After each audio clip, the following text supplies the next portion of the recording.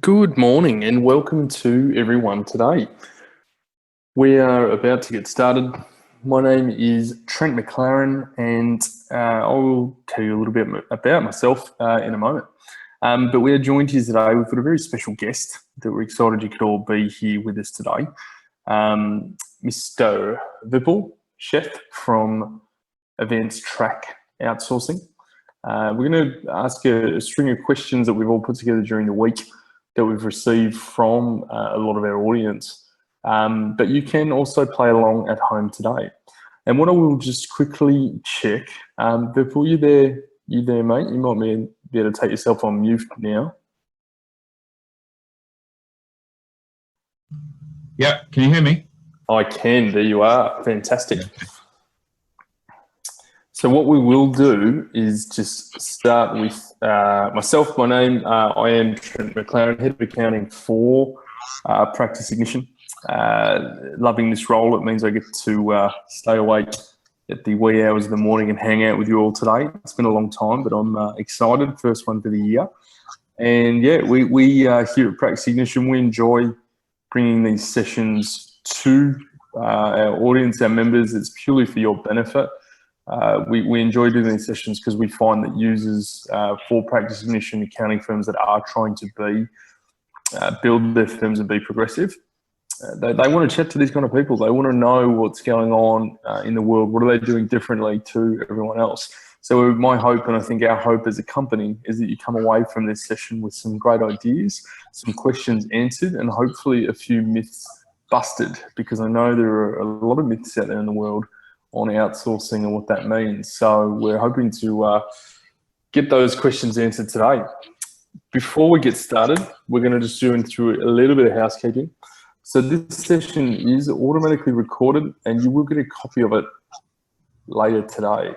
Now, bearing in mind, it is my 1 a.m, so I may not get it to you before I go to sleep, but you will get it within the next 24 hours. There is a Q&A feature in this webinar, and it'll be live throughout. So what I would love for you to do, those of you that are in the audience right now, is please test this out for me.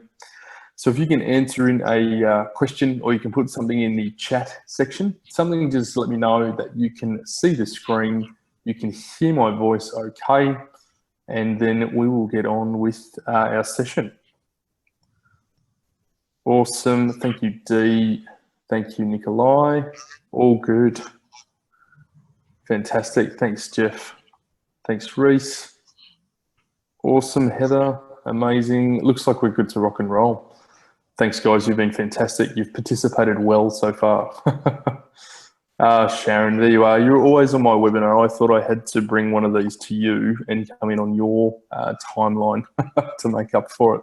Anyway, without further ado, let's get started. So as I mentioned, we are here with Vipul Sheth from AdvanceTrack Outsourcing. Vipul, thank you so much for coming on a session with us today. No, thanks very much. No worries. And what I'd love to do, just tell us a little bit about yourself, maybe something the audience doesn't know about you, and we'll, as we progress, we'll dive into some questions. Yep, okay. So a little bit about me. I'm by background, I'm a chartered accountant, trained with a regional firm here in the UK, part of the Creston network that you would know out in Oz, Trent. So it's part of Bishop Fleming now, my old office, and then I joined EY and KPMG before I decided to go and start my own business. And in terms of one thing that I don't tell many people, but I was asked to trial for a soccer club here in London when I was working down there for a year, but I was too scared of my mother telling her I was giving up university. So I became a chartered accountant. There you go. That sounds like I don't know if it was a good payoff. So, and again, my knowledge of football and soccer, again, you can tell by the way that I call it soccer and not football, is beyond me. I like Australian football. I'm an Australian man. That's yeah, that's what we're into. But yeah, interesting. Okay, so there was another life there that could have been lived that we didn't get to know about. No, I still love playing football. I just didn't get paid for it. That was all. Yeah, fair enough. And tell us a little bit about AdvanceTrack. How long have you guys been in the business for, and what is it that you're looking to solve for the industry? Okay, well, I set the business up in 2003, and what do? The whole reason that I even became a chartered accountant was accountants change people's lives, and so that was and I became an accountant to go into business. Yep. So when I was thinking of what business can I do, I thought, what can we do that allows accountants to have more time to do the bits that clients genuinely value? Don't get me wrong, but I don't know about you, but I don't get excited reviewing a set of accounts. But you get a client who is more successful as a result of your input. That is what really gets me excited. And all that I'm trying to do is allow more accountants to do that. Awesome. Yeah. No, that's good. I was going to say, you guys have a very different take on what outsourcing looks like. And, obviously we'll dive into more of that a bit later on. Sure. And that probably sort of segues into the first part of this, especially on your background and what you were just saying there. But what's kind of been the enabler for firms to start outsourcing? What is it that's brought us to this element where we want to outsource, so that we've got the opportunity to outsource? What's that all been based around? I think it's a combination of things, but I mean, outsourcing in its various guises has been happening for a while. I mean, I still remember maybe a decade or so ago arriving at Mumbai airport and seeing boxes of accounts files going to one of our competitors. I only know that because I saw the logos on the side of the boxes, and I just had a look, and that's what people did. But what's enabled it and what's been the driver for it? It's a combination of things. There's more demand for our services as a profession, and there's fewer and fewer good people available in the local marketplaces, whether that's the UK, US, or even Australia. Yeah, no, I can definitely relate to that point. Especially in Australia, we see it all the time. Graduates not coming out with equipped with the right skills and so forth. But even just as a follow-up within that, what do you think that is? What, more demand, or there's not enough people? The people part. The people part, I think people have, they don't necessarily see accounting as I loathe to use the word sexy or, exciting or, but, maybe we've just not done a very good job at selling it. And as I say, I became one because of a guy who looked after my parents. And yeah. I just saw what he did. I joke, but it's true. I had better holidays because David helped my mom and dad. Yeah. And that's the truth of it. That's what we do. And that's really what we should be telling the world. That's what we do. We don't produce a set of accounts. Yeah, we do, but that's a consequence of other stuff. It's a byproduct of your end result, right? Correct. Yeah. How has technology played an impact on everything that you guys do? Huge. I mean, we have developers within our business, but the internet and cloud in particular has really changed the ability for us to engage with the accountant and their clients. One of my old bosses, I bumped into her at a networking event, and she said to me when I told her, look, this is what I'm now doing. She said, technology is going to destroy your business. And I just pointed out to her, actually, it just made it easier. Because whereas before, an accountancy firm had to get involved, now all they need to give us is a login. That's a very interesting point, because we hear it all over the world. I've been to more conferences than you can poke a stick at in the last 12 months. And it's interesting how the dynamic of that conversation changed from technology is going to take jobs away to technology is an opportunity for us to do more work. And so I think I would agree with that. Technology, I think as we've seen over the years, technology has always been something that's made jobs redundant, but every time it made a job redundant, it made more jobs available at the same time. And it meant that people had to reskill as a result of that. Is that what you see, like, as part of, like, how do you describe, I know I'm going a bit off script because I just get excited when I do this sometimes, but how do you see this outsourcing? How do you see this as an opportunity for accounting firms? For us, what we see is there are, within any organization in an accounting office, there's a bunch of skilled people who have the client relationships. And actually what it allows firms to do is develop deeper relationships with their clients. And that can only happen if they have the time to do it. You take them away from the coalface and you put them in a position where they're phoning, having Skype calls, having Zoom calls, having those deep conversations with the clients. And if they're having those conversations, they're then more able to actually, one, upsell what they're doing, but they're using the data that an outsourced provider has enabled them to then have those deep and meaningful discussions about. So my last follow-up within that, because I've heard this a lot around accountants almost need to reskill because they've had so much freed up from them because they're not having to manually crunch and do a set of accounts and so forth.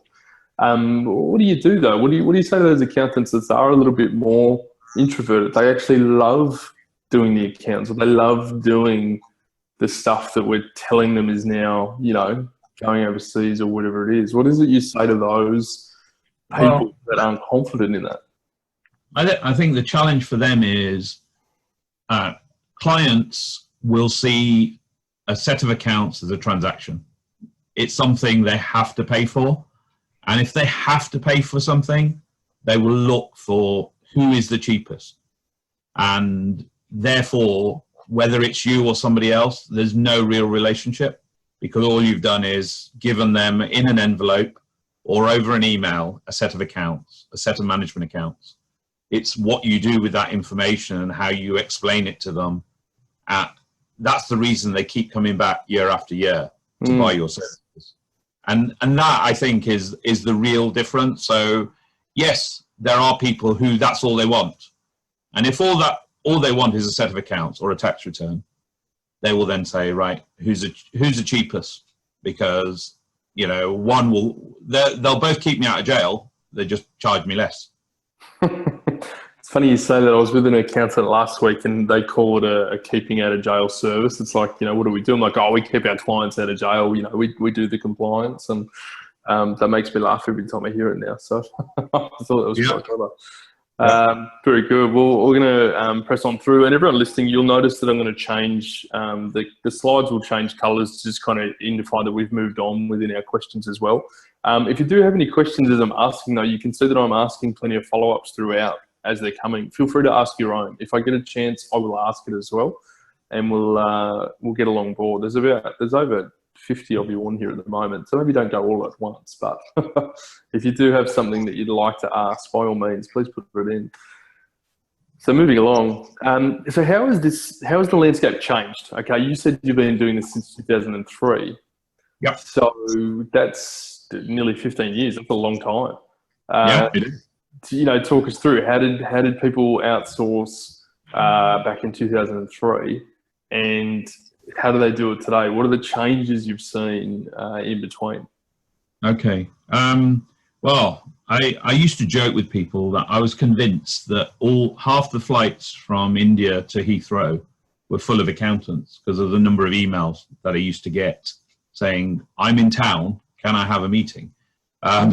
So I think I think the biggest change that's happened is the outsourced providers, one, they've become larger, and two, they've become more professional. But I think the biggest game changer is technology, because whether it's built by us or the market in general, if I look at the way we put together a set of accounts today compared to what we did even 5 years ago, there's a massive, massive difference. You know, the way we access the financial information directly from the cloud is very different to getting an Excel sheet or a Sage backup, which is what we got, you know, and we do still get that, don't get me wrong, but it's the speed at which there's been the move to the cloud. Certainly the last 3 to 4 years, I think that's the most telling change in terms of, but that's the industry as a whole. But that's also been in terms of our own outsourcing industry.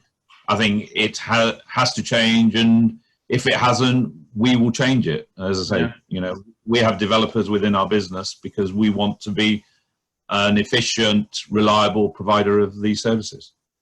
So talk me through, you mentioned the Sage backups versus your cloud ones that you're used to working with. Just as a rough number off the top of your head, how long does it, you know, would it roughly have taken you before to complete a standard set of work for a Sage file? There's nothing against Sage files, by the way. It's just the first thing I think of for a desktop, any desktop file, versus a cloud file that you do work with. Can you talk us through that? Yeah, I think it's probably in time terms of actually processing the file. It is a little bit less. I'd say somewhere between 20 and 40% less. But I think the biggest difference is the speed at which the queries are dealt with. Whereas before, we would have gone back to a firm of accountants and said, "Oh, can we find out whether this invoice was paid?" Now we just log in to Xero and see that actually that invoice was paid 3 weeks after the year end. We don't need to go back to the accountant to ask that sort of question. So it's actually the quality of questions has increased. So we're only asking the qualified questions, the ones that actually aren't in the data on the cloud. Whereas before with the desktop software, we were probably asking more basic questions. So I would say, and therefore the turnaround times are a lot quicker. Okay. But still 20 to 40%, that's a big jump. Like if you're, you know, managing either 100 sets of data files or 1,000, that's a pretty significant impact, right? Like we're not just talking sort of, you know, for some people it might be 10 hours, but it could be like 40 hours, right? So do you find typically, like if you would look at, you know, who is the best type of customer for you based on, you know, who's going to get the most out of this, what does that normally look like in terms of a firm, like a firm profile?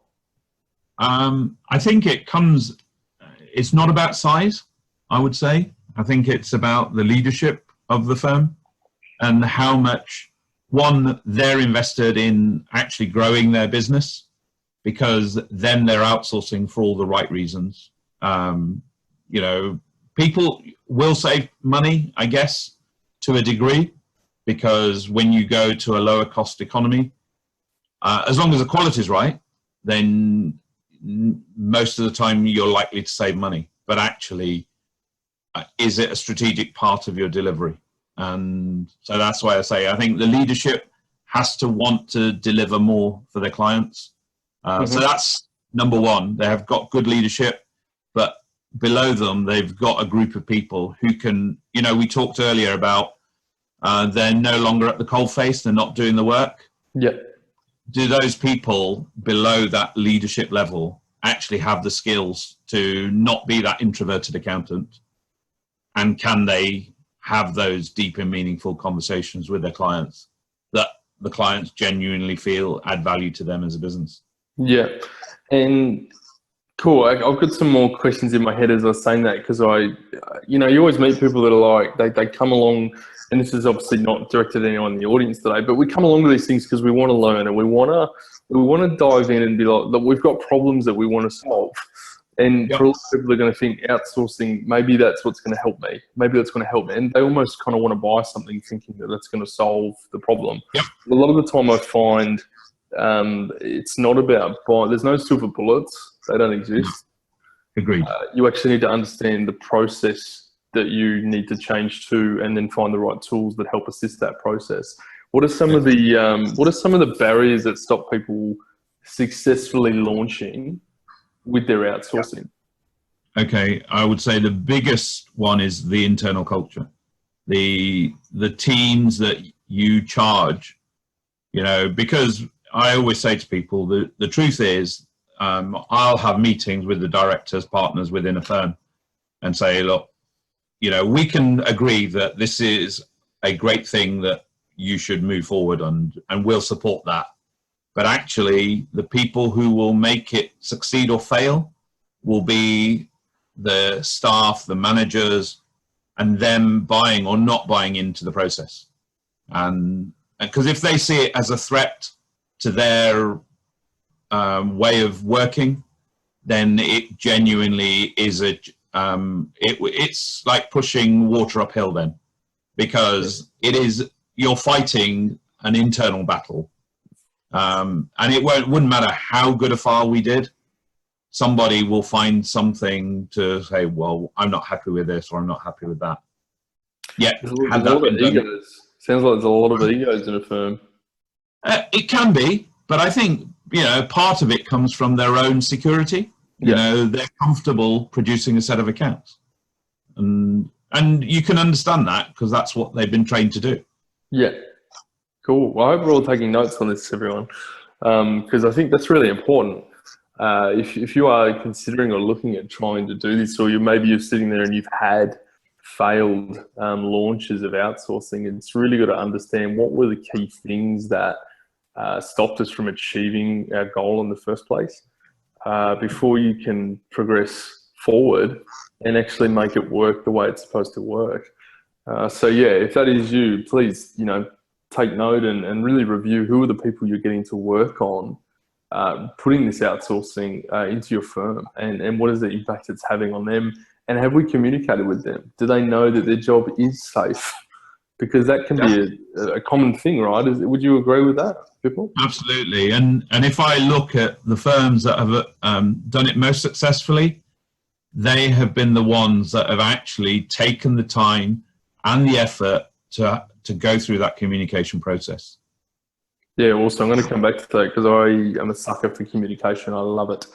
I think it's kind of one of those things you can never do enough of until someone says, seriously, stop telling me, because you've ingrained it in them. But so I want to move on to probably the other side of it, because we're talking about, I guess, all the good things. We've talked about the barriers, but can we just talk about the bad rap, the bad reputation that outsourcing has had in the industry? So what is it that gives outsourcing a bad name? I think the biggest one would be a lack of process. I'm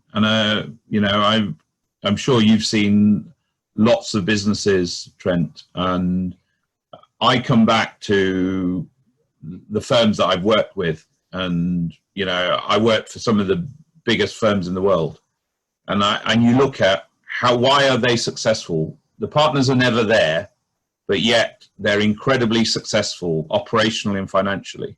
And it's because they have process. And as a general rule in outsourcing, process is often overlooked. And because it's, we've got lots of people in an office and we'll throw people at a problem, but we won't look at the process. So there's an element of that. Poor training of the staff, that can be a challenge. Security, how seriously is security looked at? But also even the type of accommodation that you put your staff in. So there's a whole host of things that bring challenges, but the ones that keep me up at night, it's the security and just making sure my staff are happy. So obviously, and this isn't, I know you guys have got quality work, and we're going to come to the quality control side of things in a moment as well. Yeah. But what are some of the horror stories you've seen or you've heard on outsourcing? And I guess what that's going to lead me to is then, what is everyone in the audience, what are they looking out for to prevent this from happening to them? Yeah. Obviously I've not heard, I don't know whether this is fact or not, but I've heard that people can get into production areas without being stopped as to who they are. But, you may not be aware of this, Trent, but in one of the big British banks, they had some of their customer data sold by a member of staff in an outsourcing organization. Wow. Yeah, and it was because there weren't the proper security protocols in place to prevent that data from leaving their office. Yeah. And it can be a whole, it's a multi-layered approach. It's not one thing that solves it all. But you have to have that multi-layer approach to how do you stop data inadvertently leaving your office. This is not the only thing that we have, but just to give you an example, our guys aren't allowed to bring smartphones into the production area. And that might seem odd in our world, but I just think, and I hasten to add, we do not do David Beckham's tax return, but I just say this for effect. You can just imagine if, say, we were, and somebody said to his mates on Facebook, hey, I'm doing David Beckham's tax return. Suddenly, the whole world, how many times do you think that will be shared? And reputationally, you can't put that back in the can.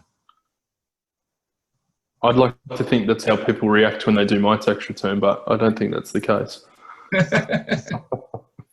But what about the other side of it? We've talked about, the bad reputation, but what about the quality? Because again, the biggest thing I get, and I see this a lot from the bookkeepers, right? And I see two sides of it.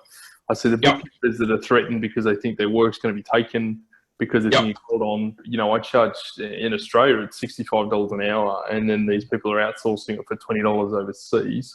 But the misconception that's there, or potentially it's not a misconception, maybe it is there for some of those people, that the quality of the work, you pay for what you get.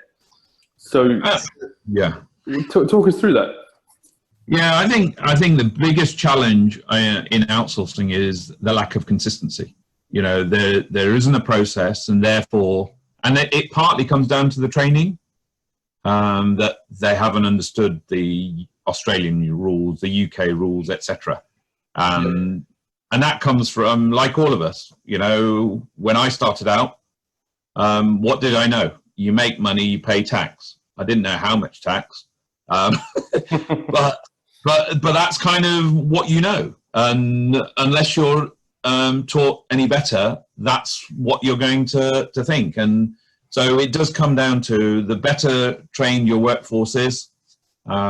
And it's not a one-hit thing, it's a consistent thing that you put time aside as an organization to train your people. And if you train them well, they deliver better, and that's reflected in, one, as a business, you have more satisfaction, more satisfied customers, and the more satisfied your customers are, they keep coming back time and again. Yeah. And just something I just thought of then, right? Like, so obviously there's, lots of outsourcing companies in the world, different regions, markets, etc. Is there any sort of baseline? Like, obviously we're all here looking, we're chatting to you today. Obviously people are going to look at AdvanceTrack and see what you guys do. But when they start, thinking and looking at other stuff, what is it they need to be considering or comparing? What is it they're looking for as a baseline level of, this is, to pass their own internal tests? What are the things they should be looking out for before they make any purchasing decisions? I think internally, the first thing that they need to do is standardize their process. Yep. That will help because then they're looking at a comparison on a fair basis. The firm I worked with, there were 4 partners. There were at least 4 ways to produce a file back in the day. Still the case now, I think. but that's the point, so when you're comparing, you want to compare apples with apples rather than apples with pears. And that is the really important part. And one of our most successful clients, they had multiple offices, and they did have at least 4. I think they had 4 offices at the time. So they had at least 4 different ways of working, but they were able to actually implement our outsourcing solution successfully, because before they actually started working with us, they had a year-long project standardizing across the offices. And that was key. It was an absolute key part of the success that we were able to achieve together. Yeah. And just on my sort of last question while we're talking through the misconceptions and all those sorts of things, what sort of level of training or education do these, the agents that are working through the work, like the outsourcing agents, what sort of education are these guys and girls going through to be able to be, qualified to do this kind of work? Yeah, well, I mean, I can't speak for others, but for us, a minimum graduate level. So they already come with a degree of intelligence, and then they then go through a training program and then pass professional exams whilst they're working with us. Yeah, so that's a baseline level for you guys, right? Like it's like a non-negotiable. Is that what you're saying? Absolutely. And before they're even interviewed, they go through they have a test themselves. And only if they get through that do they then get invited for interview. Yeah. Okay, awesome. That's good. Well, I'm going to press on into the next question here. So what are your main priorities as an outsourcing firm? Like, who is it that you're specifically looking to work with? What type of firms? We're looking for we only deal with professional firms. We're looking for those who will implement technology, because we use technology to engage with firms ourselves. Yeah. So if they're open to that, then clearly it will be more successful if they're used to adopting different types of technology. Now, I like talking about technology, and anyone that knows me knows that I like talking about a lot of technology. Can you give me an example? Like, because I feel like we sometimes get stuck in the buzzword of technology and we wrap everything in under that word. When you say a firm that's using technology, what does that actually mean? Like, if we can go a little bit deeper, are we talking workflows? Are we talking onboarding? What is it specifically? What type of technology should firms be using to be fit? Yeah, it's both onboarding, but also workflow. I mean, we have been in the cloud since 2006. We built our first version of our software and various iterations of it since, and that went live in 2006. We started building it in 2005. I tried to build it earlier. I'll talk about that later. And we completely rebuilt it again last year to really drive some additional security features that we needed to bring in, and also make some of our other processes more robust.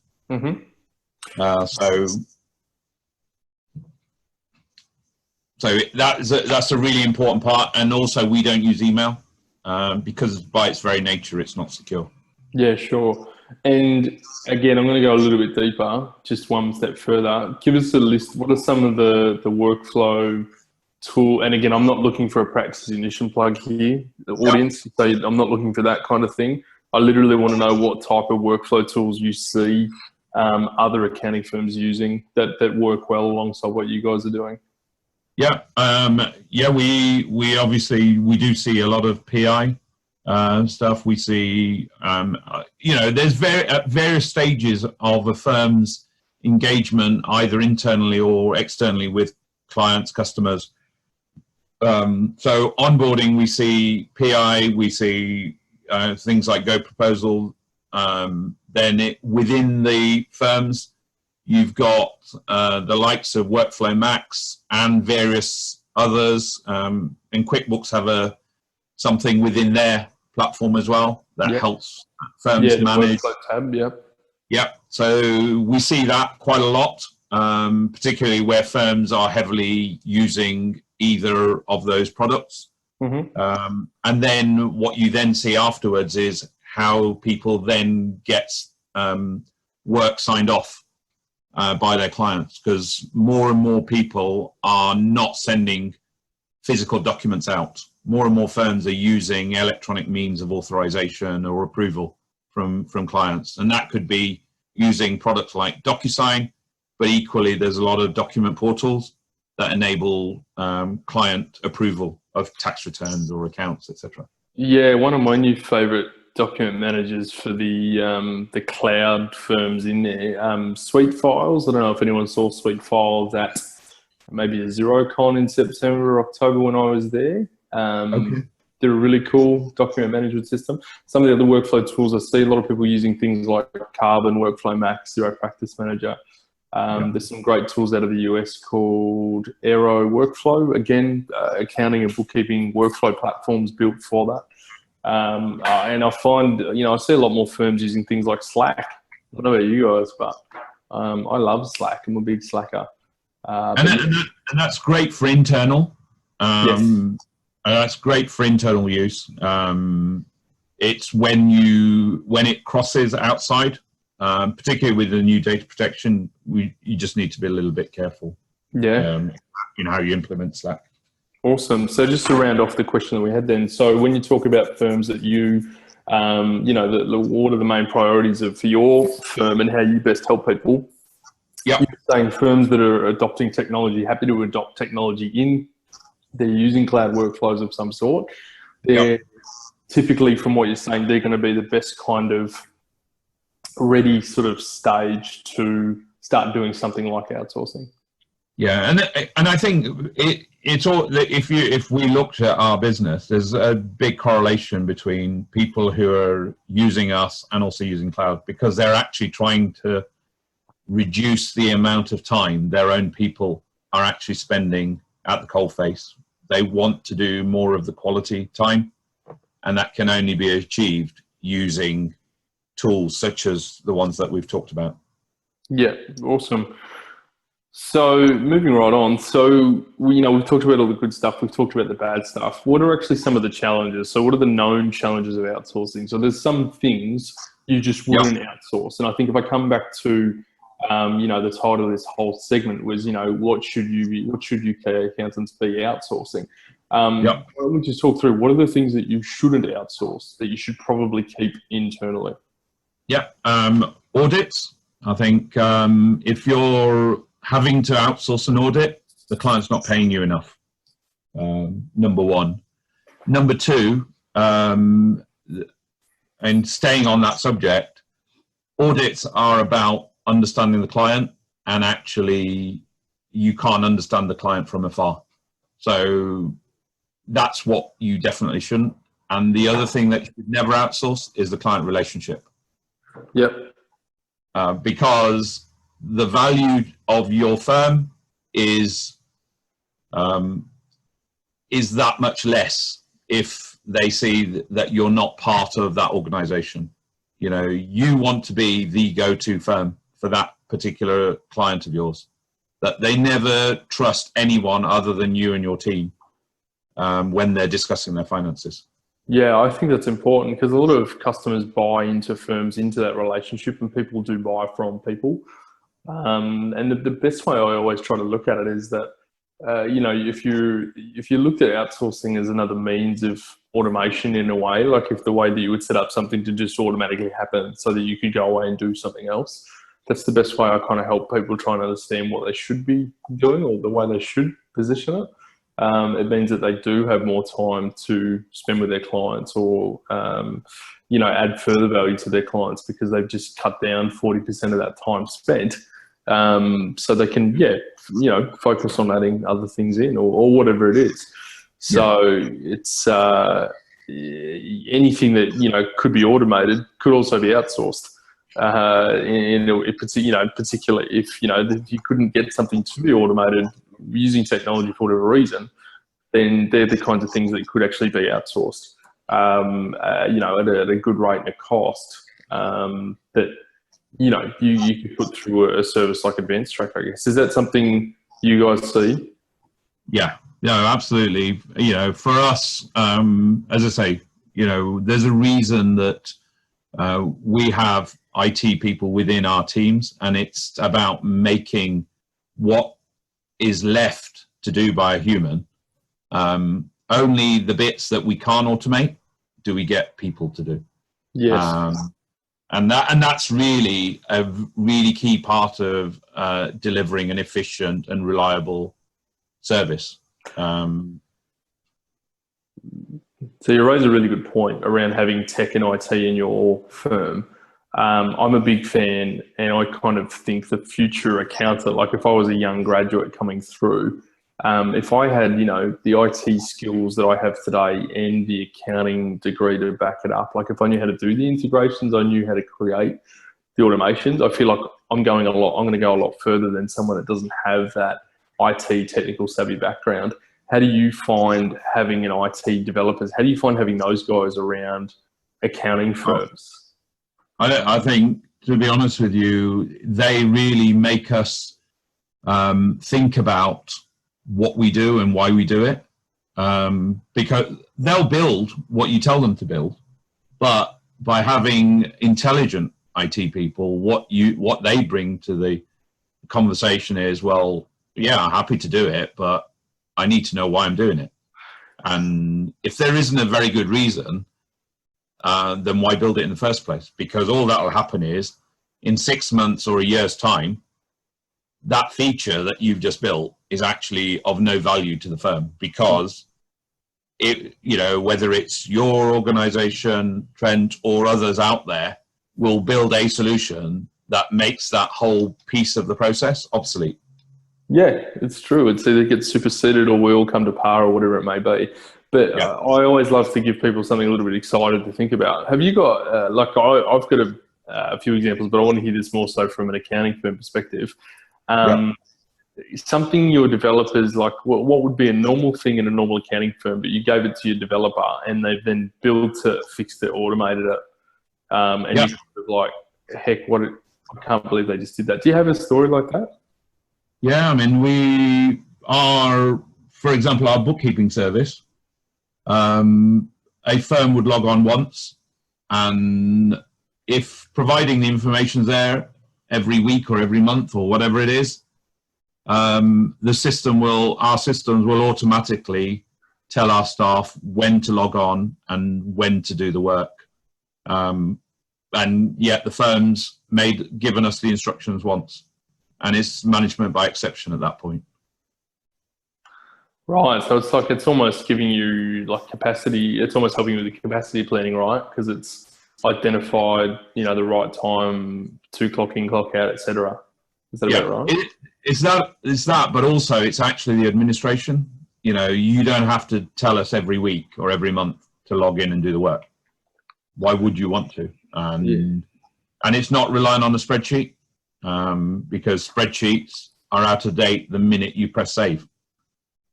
So that's really interesting, because I was having I had an early Valentine's Day today because I'm spending my week traveling. So my wife and I went to a really nice restaurant. Cut a long story short, I met this guy that owns a restaurant sitting next to me at the table. And he was talking through, cloud and technology, and, I don't see the point, don't see the value. And I said, honestly, there's so much you can gain from it. And the best example I could give him was just around capacity planning and actually knowing when they should be cooking more food compared to not, because they've got all the data points. And by having the data points, they can actually make better decisions, which then allows them to make, more revenue, better profit, and all that sort of stuff. And that's kind of the example I think of. Again, that stuff blows my mind. I'm like, amazing. It's like I'm playing a game of cards and someone is sitting there going, okay, well, this is what's coming up. So just play these ones and you'll always win. But that's like McDonald's. They've built multi-million-pound systems to tell them when to cook, when to prep, when to have staff turn up. And that's what you're seeing in the cloud now as well. In the ecosystem for exactly as you described, restaurants. I get that. Again, this is where when people say accounting's boring, I said, seriously, you're looking at the wrong stuff. I love this sort of stuff. But that almost sounds like the kind of stuff you can start to do on the accounting firm side of things, right? Like you can start to gauge based on the data points where all these things are. Yeah, very much so. Yeah. Awesome. I love it. That's good. I still haven't had many questions from our audience so far. You must be so deeply engaged and loving my 1:45 a.m. baritone voice. I think they must be really enjoying it. This is a good twist here, right? We talked a little bit about data security and trust. Especially when let's pretend I'm an accounting firm. I've been burned by outsourcing before. Like, it just hasn't worked for me. My clients, it didn't end well. How do you go about rebuilding that trust and instilling, what your data security standards are? Yeah, well, we have external audit. It's part of our approach to gaining that trust. So I'm sure lots of people have heard of a company called BSI. They come in on an ongoing basis and audit our processes. But as I said, the biggest thing for us is using technology to help manage the data in a secure and consistent manner. We know where it is and we know how to therefore manage it, whether that's received in messaging form or whether it's real documents that we have to work on. What are some of the things that firms can do to have better security and data security and trust in these processes? In ours or more generally? Probably. So I'm thinking more so about them trying to integrate, because obviously you've got your data security standards in place, but then you have to try and integrate with firms that haven't been through your audit before or anything like that. Yeah. What are some of the key things you would advise to give to these people on how to have a secure data secure practice? Okay, I think almost without fail, all your team members should have the two-factor authentication as an example. So your client data is only therefore accessed by your people. I think it may sound fairly basic, but lots of firms still don't do it. And just to give you an example, there was you'll be aware, last year, one of the big four firms had a data breach. And the reason they had the data breach was the two-factor authentication hadn't been enabled. And because it hadn't been enabled, somebody was able to hack in. They got someone's password and were therefore able to access the data. We've had similar things happen in Australia on that as well, even with some of the software vendors. Just for everyone, because obviously I understand what two-factor authentication is, obviously you do as well. But do you want to just maybe give a quick example to everyone listening? What is two-factor authentication and, why is it important? Like, how easy is it to turn on? Where do we start? So it's where you have two things that can't be accessed at the same time. So you've got the login, so you've got the username, you've got your password, but the one thing that the hacker won't have is the mobile device that is going to receive the code that you then have to enter. And we see it in lots of different forms, whether it's in our bank or even our Google account. When I log into my Google account, I get a code on my mobile phone that tells me, right, enter this and then we'll give you access. So it's fairly straightforward to set up. And even recently, HMRC in the UK have implemented that as standard for people logging into their HMRC account to access their tax or VAT information.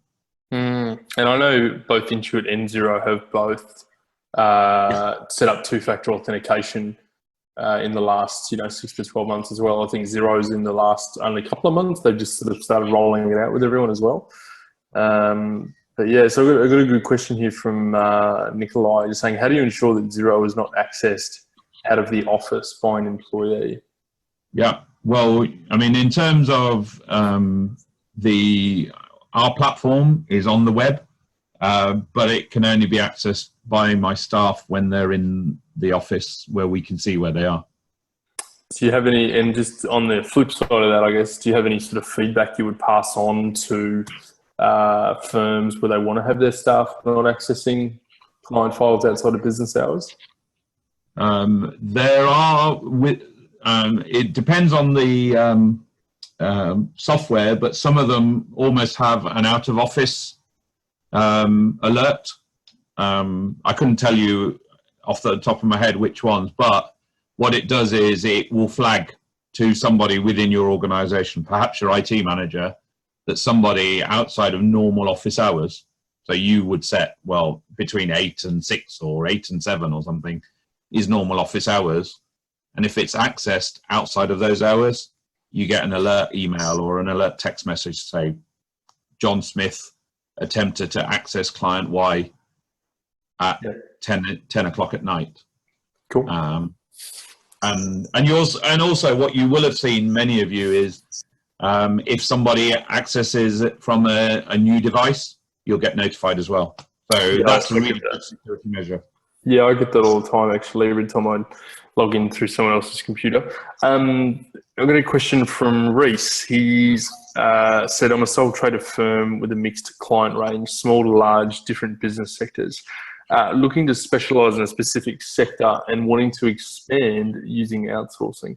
Do you think it's worth me outsourcing some of my smaller mixed clients, or would it not be cost efficient, and should I keep the outsourcing only for larger clients? Great question, because I hadn't even put that in my questions. So in terms of clients, yeah, how would you answer that? Is it worth doing it for smaller clients, bigger clients? Is that a thing?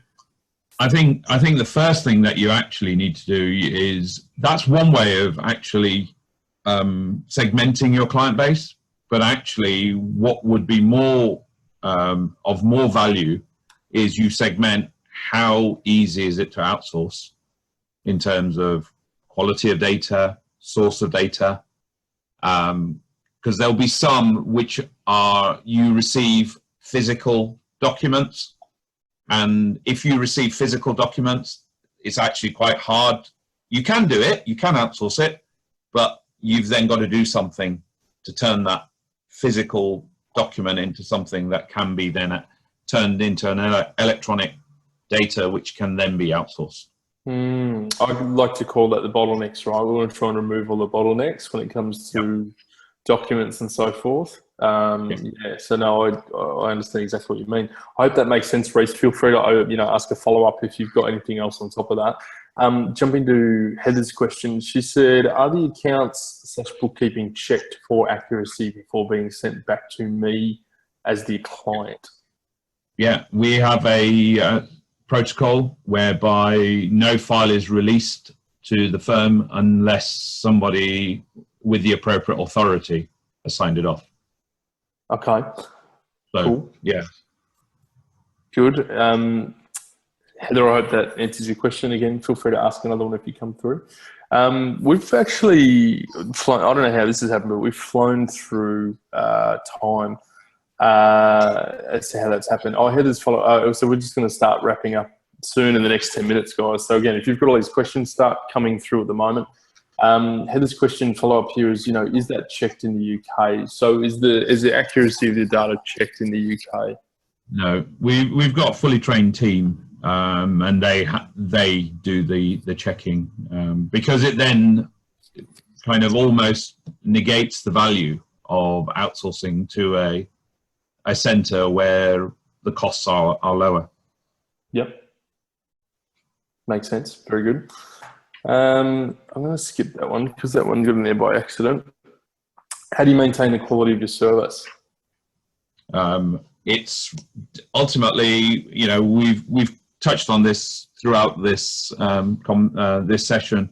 It's about systems.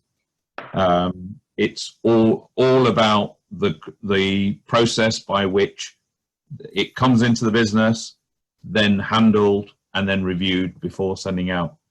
And I can't stress enough, when I worked in the big four firms, that's what I learned, was the work comes in, it doesn't matter. I mean, you worked in big companies, Trent. Yeah. The beauty of the big firms is there is a process. It doesn't matter who sat at the desk, there's a process. And if you left, they'll tell you they miss you at the pub, and then next week they just get on. The client still gets served brilliantly, and that's what it's about. Actually, it's not about the individual. It's about how robust is the process that the client keeps getting looked after day in, day out, consistently. And every job is quality scored as well. Good. Well, the quality scored, so every piece of work is quality scored. Is that what you said? Yep. Absolutely. Okay. Awesome. That's great. So I've got a couple more questions coming in. And again, being that we're inside the last 5 minutes, we're going to get through them. So Mohammed's asked, are you regulated by any bodies, either in the UK or overseas?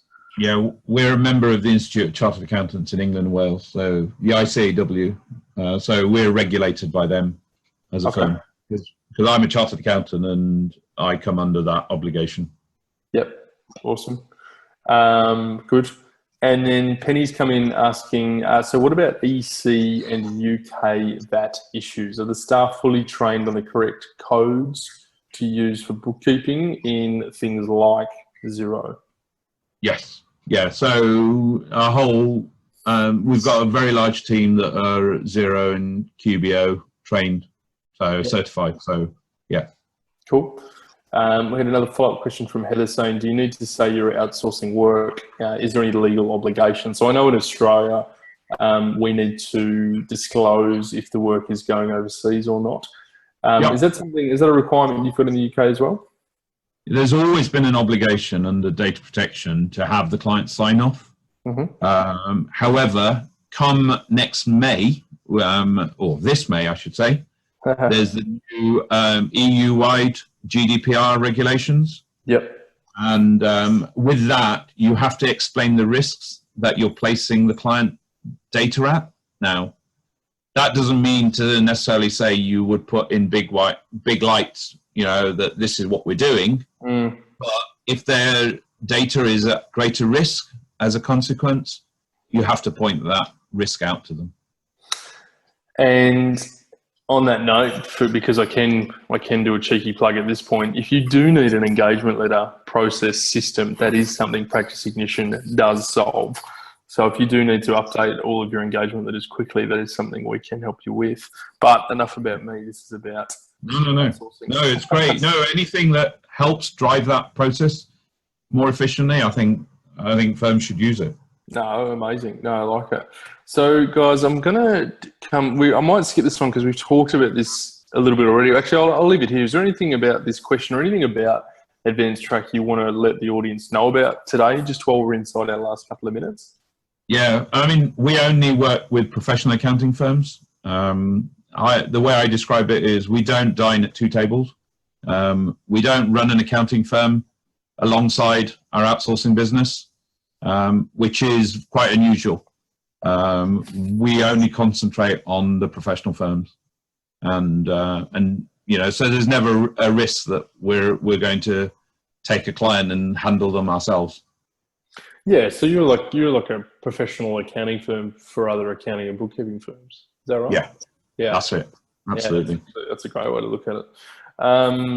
Awesome, cool. So we're going to just move into question time, okay? You guys have already asked a lot of questions. You've done a fantastic job.